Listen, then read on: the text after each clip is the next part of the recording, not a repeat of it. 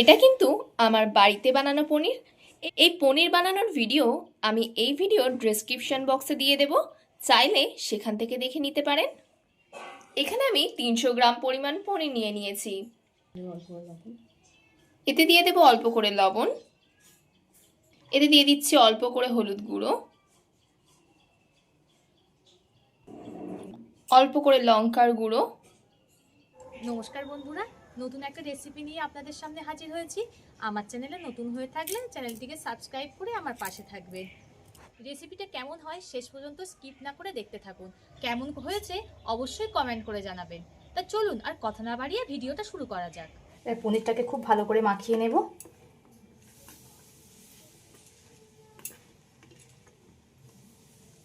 ঠিক এইভাবে করলে পনিরের কালারটা খুব সুন্দর আসে। তাই আপনারা যখনই বাড়িতে পনির রান্না করবেন ঠিক এইভাবে করবেন, দেখবেন সুন্দর একটা কালার আসবে। আমার মাখানো হয়ে গেছে। রেসিপিটা বানানোর জন্য সবার প্রথমে আমি একটা কড়া নিয়ে নিয়েছি আর গ্যাসটা অনও করে দিয়েছি। কড়াটা গরম হয়ে গেছে, এতে দিয়ে দেব সাদা তেল। খুব একটা বেশি দিতে হবে না, অল্প করেই দিলে হবে। তেলটা গরম হয়ে গেছে, গরম তেলে দিয়ে দেব একটা শুকনো লঙ্কা আর আদা ঠিক এমন লম্বা লম্বা করে কেটে নিয়েছি, সেটাকে দিয়ে দেব।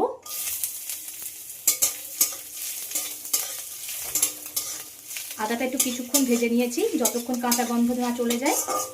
এবার এর মধ্যে দিয়ে দিতে হবে একটা বড় সাইজের ক্যাপসিকামকে ঠিক এমন গোটা গোটা করে কেটে নিয়েছি সেটাকে, আর দিয়ে দিতে হবে চীনা বাদাম।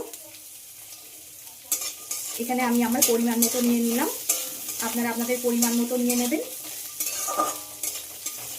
ক্যাপসিকামটা যতক্ষণ না একটু হালকা নরম হয় ততক্ষণ একটু ভেজে নিতে হবে। ক্যাপসিকামটা দিয়ে 1 মিনিট মতো ভেজে নিয়েছি।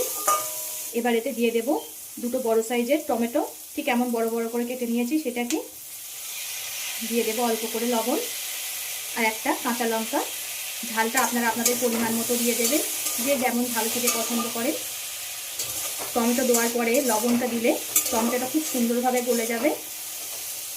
আবারও 1 মিনিট মতো ভেজে নেব।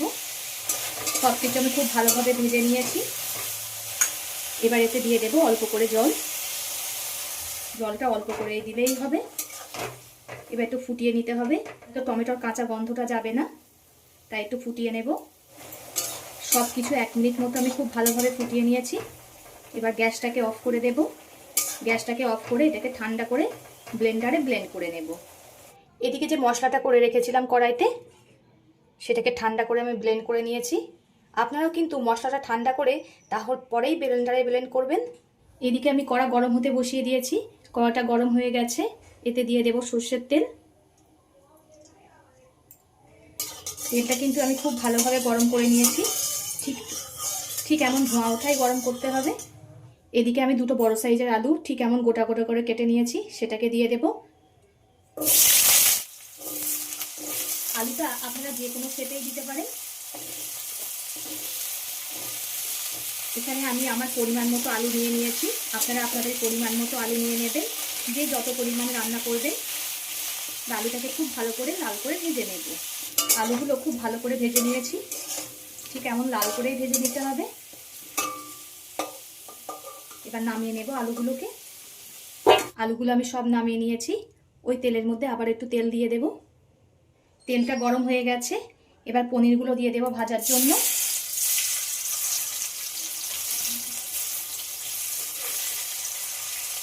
একেবারে সব পনিরগুলো দিয়ে দেব। এবার পনিরগুলো খুব ভালো করে ভেজে নেব। হালকা হাতে নাড়তে হবে, নয়তো পনিরগুলো ভেঙে যাবে। মাঝে মধ্যে কিন্তু নেড়ে নেড়ে পনিরটাকে ভেজে নিতে হবে, একদম হালকা হাতে। পনিরগুলো কিন্তু ভাজা হয়ে গেছে, খুব একটা বেশি ভাজবো না। আমি 3-4 মিনিট মতো ভেজে নিয়েছি। এবার নামিয়ে নেব। আর বাড়িতে বানানো পনির কিন্তু বন্ধুরা খুবই সুন্দর লাগে খেতে। দোকান থেকে বাড়িতে যদি একবার বানান, দোকান থেকে আর কিনতেই ইচ্ছা করবে না। পনিরের কালারগুলো দেখুন কত সুন্দর এসছে। ওই পনির ভাজার তেলের মধ্যে দিয়ে দেব একটা তেজপাতা, অল্প দারচিনি, দুটো লবঙ্গ, আর দিয়ে দিতে হবে গোটা জিরে। ফোড়ন থেকে যখন একটা সুন্দর মিষ্টি গন্ধ বেরোবে, এর মধ্যে দিয়ে দিতে হবে হলুদ গুঁড়ো। হলুদটা তেলের সঙ্গে মিশিয়ে নিতে হবে। আর যে মশলাটা ব্লেন্ড করে রেখেছিলাম সেটাকে দিয়ে দেব। মিক্সচারটা ধুয়ে অল্প একটু জল দিয়ে দিলাম, খুব একটা বেশি জল দেওয়ার দরকার নেই। এবার এই মশলাটাকে একটু কষিয়ে নেব। যেহেতু মশলাটা আমার ভাজা ছিল তাই খুব একটা বেশি কষানোর দরকার নেই, অল্প করে কষিয়ে নিলেই হবে।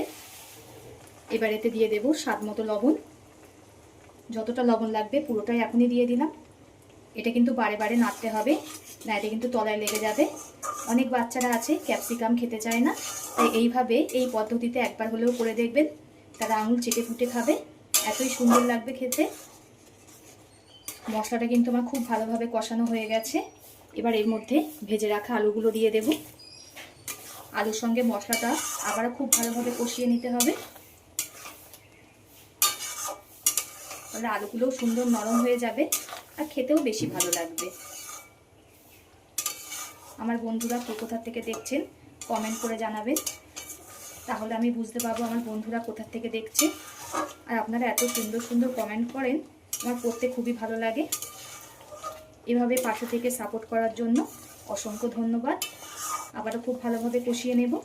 আপনারা তো পনিরের অনেক রেসিপি খেয়েছেন, এইটা একবার হলেও ট্রাই করে দেখবেন, আশা করি খুবই ভালো লাগবে। আর একবার বানালে বারবার এটাই বানানোর ইচ্ছা হবে, এতই দারুণ হয় এটা খেতে।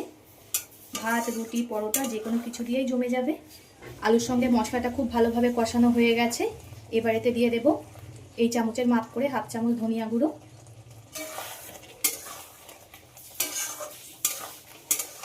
এবার ভেজে রাখা পনিরটা দিয়ে দেব। পনির দিয়ে হালকা হাতে নাড়বো, নয়তো পনিরটা ভেঙে যাবে। সব কিছুর সঙ্গে পনিরটাকে একটু কষিয়ে নেব, তাহলে পনিরের মধ্যে মশলাটা ঢুকবে আর খেতে বেশি ভালো হবে। সব কিছু আমার খুব ভালোভাবে কষানো হয়ে গেছে। এবার এতে জল দিয়ে দেব। আমি আমার পরিমাণ মতো জল দিয়ে দিয়েছি, আপনারা আপনাদের পরিমাণ মতো জল দিয়ে দেবেন। এবার ঝোলটাকে ফুটতে দেব। ঝোলটা খুব ভালো রকমই ফুটছে। এবার এতে দিয়ে দেব অল্প করে চিনি, দিয়ে দেব কাসৌরি মেথি। আপনারা চাইলে কাসৌরি মেথিটা স্কিপও করতে পারেন, কিন্তু এটা দিলে খেতে বেশি ভালো হবে। আবারও খুব ভালোভাবে ফুটিয়ে নেব। আমি এখানে একটু ঝোল ঝোল করলাম, আপনারা যদি রুটি পরোটার সঙ্গে খেতে ইচ্ছা করে তখন একটু জলের পরিমাণটা বাড়িয়ে একটু কষা কষা করবেন। আমি এখানে ভাতের জন্য করছি। আমার হয়ে গেছে, এবার গ্যাসটাকে অফ করে দেব। অফ করে এতে দিয়ে দেব গরম মশলা। গরম মশলাটা কিন্তু গ্যাসটা অফ করেই তারপরে দেবেন, নাহলে ফুটন্ত অবস্থায় দিলে গরম মশলা টেস্টটা নষ্ট হয়ে যাবে। তো এতক্ষণ ধরে ভিডিওটা ধৈর্য ধরে দেখার জন্য অসংখ্য ধন্যবাদ। সবাই সুস্থ থাকবেন, ভালো থাকবেন।